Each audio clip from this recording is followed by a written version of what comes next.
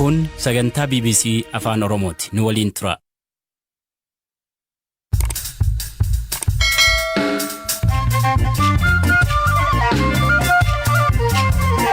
Yooyyaa malee yooyyaa dhaggeeffattoota raadiyoo BBC Afaan Oromoo nu dhiyaadha bakka nu dhaggeeffachuu jirtan cufaatti sagantaan keenyaam jalqaba. TPLF mariif qophii aktaan dubbatan lubbuu badirraa maal jedhu. I would always regret the loss of lives. Yeroo hundumaa badii lubbuu qaqqabeef nan gaabba. Qaama kamiirraayyuu haa dhufanii badii lubbuu namoota nagaaf baduu lubbuu loltootaaf nan gaabba. Daandii mariitti kan danqaa ta'e nu miti. Mootummaan Itoophiyaa waraanii kaabaa mariin akka furan fedhii qaba. Any political solution will furmaanni siyaasaa kamuu haqa itti gaafatamummaa fi marii irratti kan xiyyeeffate ta'uu qaba. And also in dialogue. WHO'n yaada Omicron irra kan ka'e namoonni imala yaana kaaqana keekachiis kanaaf oduu dabalatan waliin tura an asli galgalu.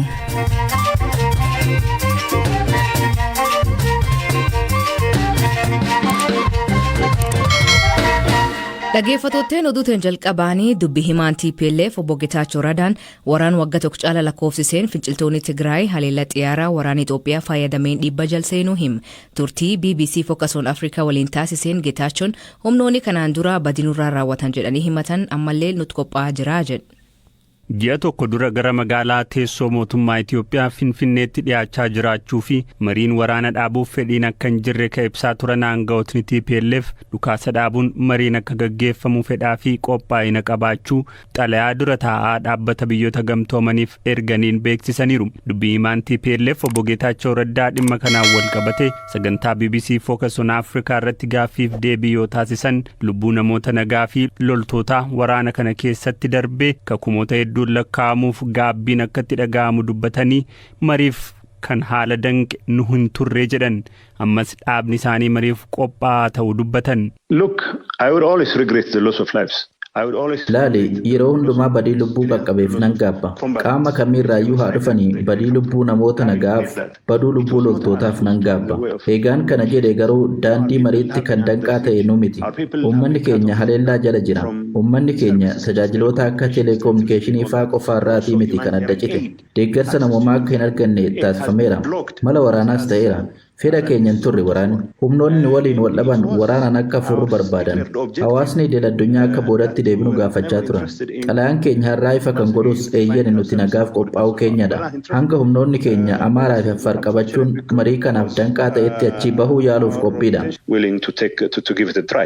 Humnoonni TPLF naannolee Amaaraa fi Affaar keessaa bahuun isaanii tooftaa waraanaaf ta'uu ka dubbachaa turan obbo Getaachoon amma mariif carraa kennuuf naannolee kana keessaa bahu dubbatan. Press Secretariin waajjira ministeera muummee Billanee Siyyum ibsaarra miidiyaaleef kenniteen waraana jabaa tibba kana gaggeeffamaa tureen humnoonni TPLF naannolee Amaaraa fi Affaar hedduu keessaa injifatamanii bahuu himaniiru. Qaamni fedhe yaada TPLF tooftaafan bahee jedhu amanuun mirga ta'us ragaa argachuuf miidiyaaleen garas akka imalanii gabaasan gochuu akka danda'anis himaniiru. Obbo Getaachoon gaaffiif deebii isaaniin ammaan tana haleellaan xiyyaaraa keessumaa ka diroonii naannoo Tigraay keessatti raawwatamuu itti fufuu isaatiin daangaa qilleessaa naannoo Tigraay balalii qilleensaa ala akka ta'u hawaasni idil addunyaa tarkaanfii akka fudhatu gaafataniiru. The Air Force including drones are attacking. Humni qilleensaa diroonii dabalatee namoota nagaa irratti haleellaa raawwachuu itti fufeera. Waraanicha keessatti qaamolee dabalataa biroo hirmaachisuun kan naannoo fi idil addunyaa taasifamuu hubachaa turre. Kanaaf tarkaanfii barbaachisaa ta'e fudhachuun hojii hawaasa idil addunyaati. Qaamolee kanaaf ifatti kun gara gocha duguggaa sanyii marsaa biraatti kan geessu ta'uu himuu qabu. Tigraay ji'oota 13f duguggaa sanyiitu irratti raawwatamaa jira.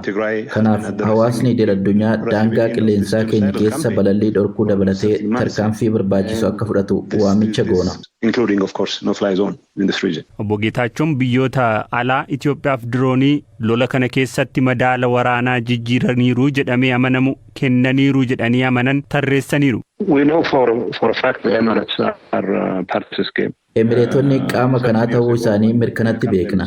Ji'oota 13 dura duulli kun yeroo eegalu diroonii Emireetotaatu gara caalu qabeenyawwan waraanaa keenya xiyyeeffachuun yeroof madaala waraanaa gara raayyaa ittisaatti naannesse. Kanaan dabalataan inni Chaayinaas misaayilota gurguraa fi jiru yookaan ammoo diroonii kennaa fi jiru. Warri Iraanis kana keessatti hirmaachuu isaanii dhagahaa jirra. TPLF marii akka barbaadu beeksisuusaa hordofee haga ammaatti gama mootummaa Itoophiyaan ifatti deebiin kenname hin jiru jedhu obbo Geetaachoon. As I speak to you, drone attack is claiming. Hanga ammaatti homaa hin nageenyu. Amma yeroon sitti dubbachaa jirutti haleellaan diroonii Maqalee qofatti osoo hin taane kibba Tigraayitti lubbuu namoota baay'ee galaafachaa jira. Kan xiyyeeffatame namoota nagaadha. Dhimma kana haalaan ilaaluun kan hawaasa idil-addunyaati. Dubbi himaa waajjira alaa US Ned Price TPLF naannoo Amaaraa fi Afar gadhiisanii ba'uun gaaffii keenya yeroo dheeraa waan turee fi waan deeggaruu jedhe. Deetaa ministeera jalaa Itoophiyaa obbo Ridwaan Hussein mootummaan hidhatoo TPLF hordofee Tigraay keessatti duul haaraa banuuf yaadin qabu jedhe. Ta'ullee gareen kun humna deebi'ee ijaaramee haleela raawwachuu akka hin qabaanne mirkaneeffachuu feesisaa jechuun dippiloomaatoota biyya alaa Finfinnee jiran waliin yoo mari'atan dubbata.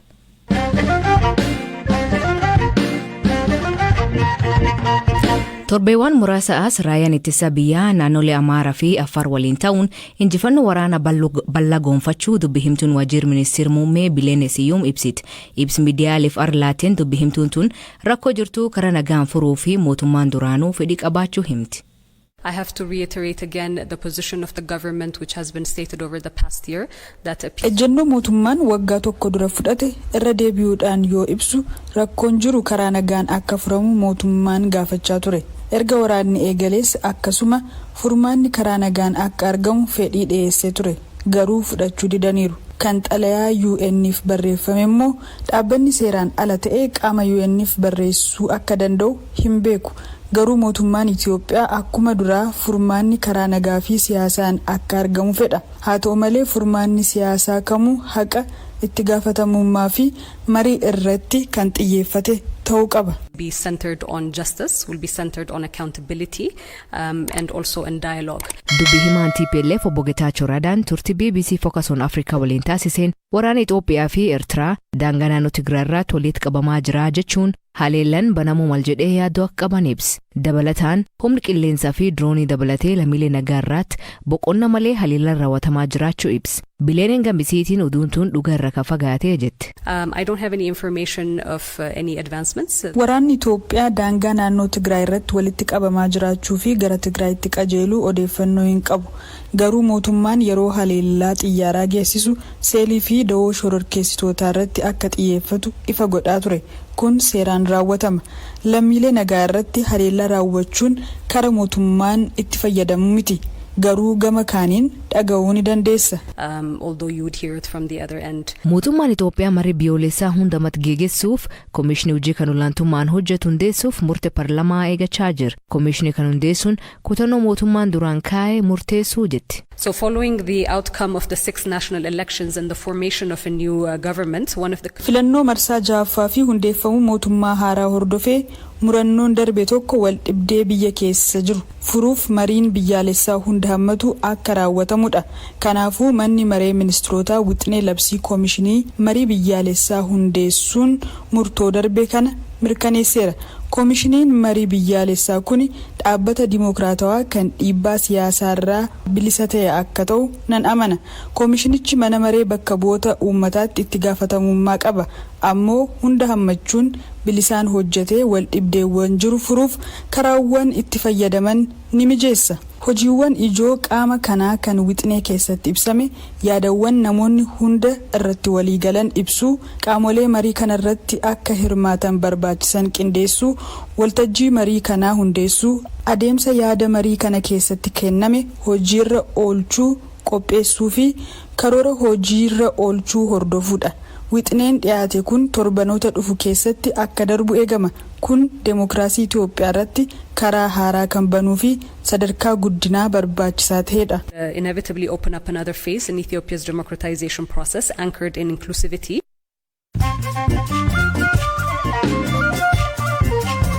Dhaggeeffatooteen amma gabaabaa addunyaa isanii dhiyeessaa jalqabaanii naannoo Amaaraa iddoowwan finciltoota TPLF qabamanii turanitti miidhaa namaa fi qabeenya erga'ee garee qorattuu bobbaase. Itti gaafatamaan waajjira pilaanii fi misooma naannichaa obbo Animut Ballaxaa waajjiraalee naannichaa keessa qofaa garee ogeessitoota 120 ol qabu akka bobbaasee BBC'tti qorannoon kun kaab shaawaa kaab walloo bulchiinsa Oromoo godinoota kaab Gondarii fi kib Gondarii fi magaalota lam jedhan.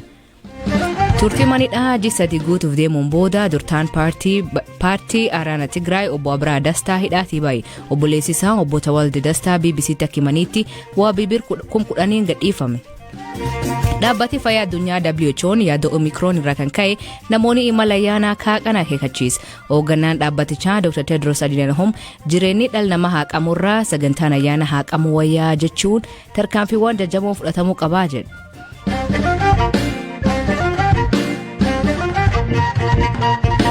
Dhaabbileen siyaasaa gugurdoon Oromiyaa keessa jiran marii biyyaalessaa hundirmaachisee fi hamaata ta'an geggeeffamuun yaada yeroo dheeraaf dhiyeessaa turaniif ta'uu fi akka eegamuutti geggeeffamnaan egeree Itoophiyaa fi bu'aa guddaa akka buusu himan. Qondaloonni adbilisummaa Oromoo fi Koongireesii Federaalawaa Oromoo yaada BBC'f kennaniini abdii fi yaada marii kan irra qaban himan. Hoogganaan sabquunnamtii Abaa'oo obbo Lammii Gammachuu waa'ee yaada marii biyyaalessaa miidiyaan dhaga'u malee karaa dhaabaan qubi hin qabnu jedhe. Qondalii dhaabbatichaa kaabinee haaraa dhaabii bulchuun filatamanii Ministeera Ispoortii fi aadaa ta'an obbo Qajeela Mardaasaa ammoo mariin kun reefuu qophiirra jira jechuun abdiirra qaban himan. Hoogganaan waajjira dhaab kafaa obbo Xuruuna Gamtaa ammoo affeerran isaan ga'uu dubbatan. Yaadi isaanii wal dura duuban dhiyaata. Nuti ammayyuu qophiidha maree siyaasaa biyya kanaa keessatti tira kamiiniyyuu dursee malee booda miti. Dhaabni keenya yeroo hundumaa rakkoo biyya kanaaf furmaata kan lafa kaa'u. Garuu qaamni kun walaban inni jedhu dhaabbilee barbaachise hirmaachisee warra kaan warra hin barbaannerraa walaba ta'uusaaf abdii maaliidha qabna. Kanaafuu nun miidiyaa irraa waan dhaga'amaa jiruun addatti waan dhageenye hin qabnu waan argine hin qabnu akka seeraa sinirmaachisa jedhamee waan qoodarraa fudhanne hammatti hin qabnu. Garuu akka qoodarraa fudhannuuf immoo nuti yeroo adda addaatti himaa turre inni biraa immoo walaba isa jedhuu fi haala amma jiru walaba nama hin jechisiisu. Maaliif biyya kana keessatti civic societyota adda addaa jiru, jaarmiyaaleen adda addaa turaniiru. Isaan kun kan isaan oofaman eenyuun akka ta'e hunduu waan quba qabu. Waan hamma hundeeffamu kana mormuu yookaan osoo hin taane inni sun boqonnaa biraadha. Garuu walaba jennee amantaa hirraa hin qabnu. Paartiilee tokko tokkoon yookaan dhuunfaadhaan xalayaan marii akkasiitu jira jedhamee ergame hin jiru. Sadarkaa qophii irra jiramudha malee sadarkaa itti waltajjiin qophaa'ee ajendaanis ifa ta'ee namooti itti affeeramaa jiranii miti. Paartiileedhaaf mata mataatti wanti ergame hin jiru nu biras hin geenye.